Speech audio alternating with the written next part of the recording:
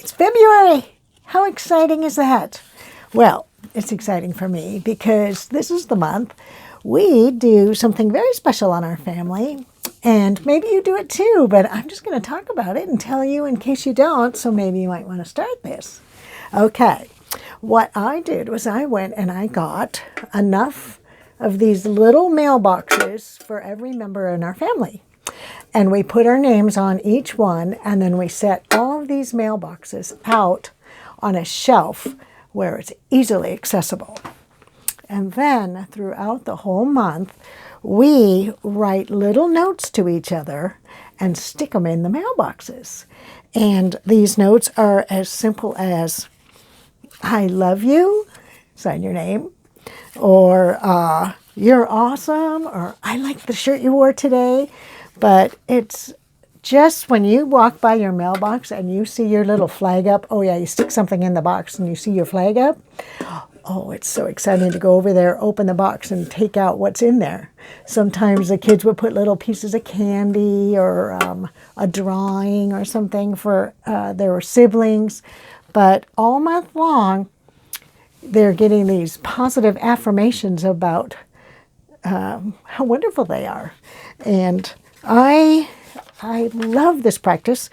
We have different ways that we've done it in the past. Sometimes we just take simple old business cards and stick them, we make it easy, put it right by the mailboxes with a pen.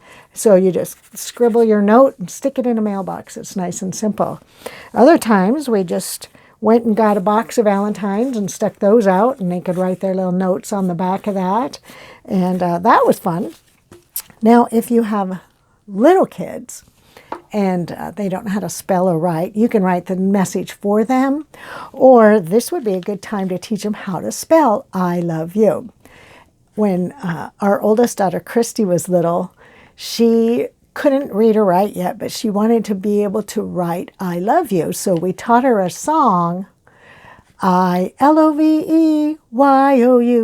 L-O-V-E-Y-O-U, L-O-V-E-Y-O-U, oh yes I do. And you know, she's in her 30s today and she still remembers that little jingle. So teach them how to spell something through a song and have fun with that. I just wanted to read you a couple of our little notes here. Tori wrote this note for her dad. She says, I love you more than you can imagine. And then she points to the word imagine and she says, sorry if it's not spelled right. And then here's one that Camille wrote to her sister Tori. My sweet little sister, I love the way you laugh and play. Do it some more. And here's one that I got from my son Tyler. You are special because you are always letting me teach you. Okay, that's a good one. And then I had to write this one to Tanya one day. I said, Tanya, I'm sorry if I yelled too much today.